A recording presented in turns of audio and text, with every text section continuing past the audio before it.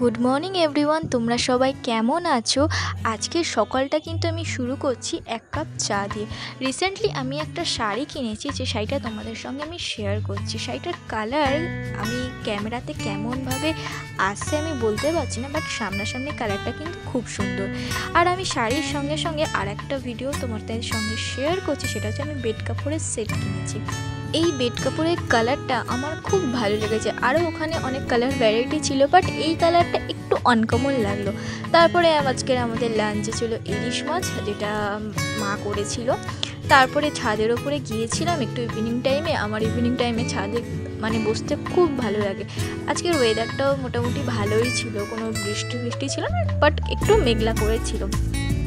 আচ্ছা, আমার কীরকম ভিডিও তোমাদের ভালো লাগে একটু বলো তো। আর যতই হোক আমি ইউটিউবে নতুন, তোমাদের সাপোর্টটা আমার একটু দরকার।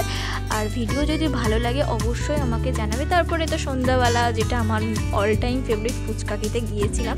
ফুচকা খেয়ে এবার রাতের বেলা, যেহেতু স্যাটারডে ছিল, তো রাতের বেলা খিচুড়ি ছিল।